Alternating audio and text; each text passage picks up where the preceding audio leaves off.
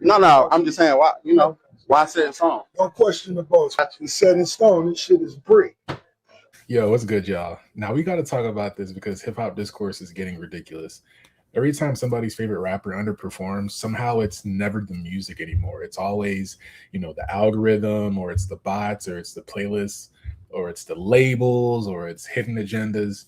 And now apparently it seems to be Drake's fault. And according to Ebro, Rick Ross's disappointing first week numbers are because of the algorithm. And Drake is working against him somehow. Right now, are you saying that the algorithm is against Rick Ross? Is that what you're saying? Yeah, I would say so. And so that, and you're saying that because he talked about Drake, the algorithm is against him. And because he talked about a lot of things that just weren't geared towards the project as it should have been. Why are you smiling, Nick? Am I bugging? Man. Why is the algorithm in Drake being brought up, man? It's real though. It feels it's a thing. It's a real thing. Even like when he went to the Joe Budden podcast this past week, that was a thing that got clipped. I think people are watching Rick Ross to hear what he's gonna say about Drake, but a lot of the clips that I've seen aren't really talking about Drake. What exactly are we talking about, bro? So to me, the logic doesn't really add up, because if Drake fans drag Kendrick and Kendrick fans drag Drake, why do both artists continue to put up huge numbers regardless? We've literally watched like two fan bases spend months arguing online, yet every single major release that they drop still generates massive streams. If fan wars and online narratives were enough to kill an album, then Drake would have just stopped selling. Kendrick would have stopped selling as well. Neither happened. Like, Drake himself faced heavy backlash. People are acting like Drake has had some magical algorithm boost this entire time. For almost 2 years straight, he dealt with nonstop criticism, bro. Like, whether you agree with it or not, he was being clowned every single day. I was there. I did videos, I did streams, I did live streams with D-Fran and Bryce. People were calling him washed. People said he lost. People questioned everything he released. And yet somehow now Drake controls the algorithm. Come on, bro. I'm finna sneak into Costco. Hopefully no one sees me.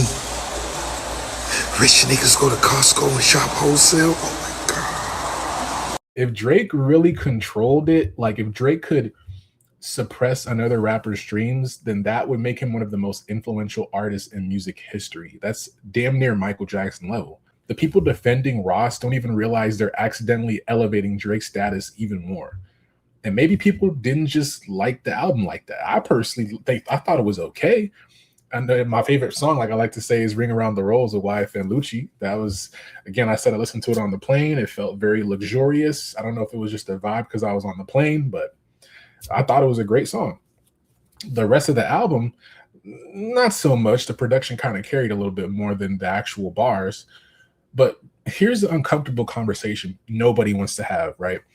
What if listeners simply didn't connect with the project? Not every release is going to land.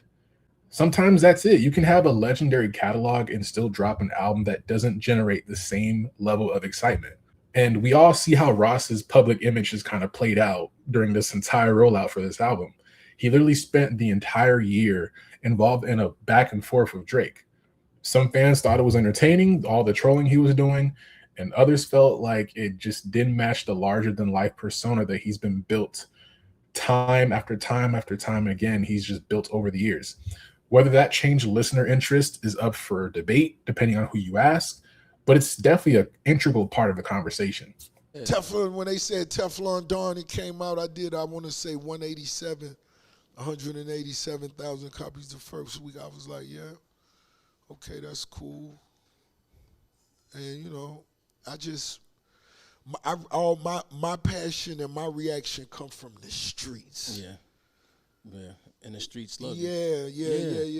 The big arenas, all that shit, cool. But my mind frame was, man, when we go to these after parties, I want to see the bitches falling over, spilling the champagne. Mm-hmm. I touched them. That's when that shit fired. Some critics online argued that Ross stayed in familiar territory, with the whole luxury and the wealth and the lifestyle stuff he's been talking about, without showing much artistic evolution. That's an opinion, you know what I'm saying? But it's one of the reoccurring criticisms that I have been hearing on social media, on Twitter, et cetera, et cetera. You know what I'm saying? Bel Air. We finally got the scorecard just been imported, baby. Hey, y'all already know what it is, man. Let us see Lil Bro. And the whole Tory Lanez comparison is yet another another component of this argument.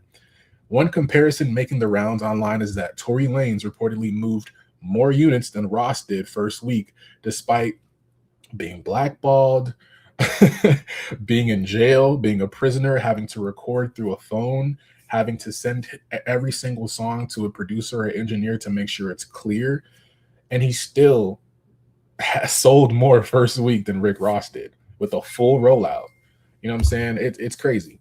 And regardless of what you think about either artist, people are using that comparison to argue that the demand still exists when listeners are excited about the music. The comparison has become part of the online debate because it challenges the idea that algorithms alone determine the performance that an album has. And obviously, you know, the internet reacted, bro. You know, social media wasn't really buying Ebro's explanation. You know, some of the biggest reactions were basically saying the algorithm wasn't against Ross. People just didn't want the album. You know what I'm saying? Other people were saying that if Drake controls every platform, that actually proves how powerful he really is. Another person tweeted, you know, that Drake dealt with years of criticism and still put up big numbers. And honestly, that's the point. I think it's a lot of selective standards, bro. Like, this is where people start throwing around the word hypocrisy. That's a very key word, right? Because when another artist underperformed, it's because the music wasn't good enough. But when somebody they like struggles, suddenly it playlists, algorithms, conspiracies, hidden agendas, the standards always change depending on whose name is attached. It's selective standards, bro. So overall, I think my final take is I think that the conversation is just bigger than Rick Ross. Hip hop has become addicted to finding external reasons every time an album misses expectations. And sometimes, you know, the rollout just isn't strong enough. Sometimes the trolling isn't enough to get high first week sales. Sometimes the songs just don't catch on. Sometimes the audience has moved on. That doesn't erase an artist's legacy. It just means this particular release with an album titled Set in Stone, which tends to have more of a thematic type of name to it, it just didn't connect the way people hoped. Blaming Drake or the algorithm skips over the hardest question to ask. What could the artist have done differently to get listeners excited? That's the conversation we should be having. All right. So get in the comment section. Let me know what y'all think. Do you believe Ebro's explanation, or do you think the music simply just didn't resonate with enough listeners? Was it the algorithm, or is it Rick Ross's accountability? Let me know what you think in the comments down below. Like, subscribe. I am reading the comments, so make sure you like all that good stuff. I will be reacting to all y'all comments. It's your boy Wardu. I'm out. Hey, man.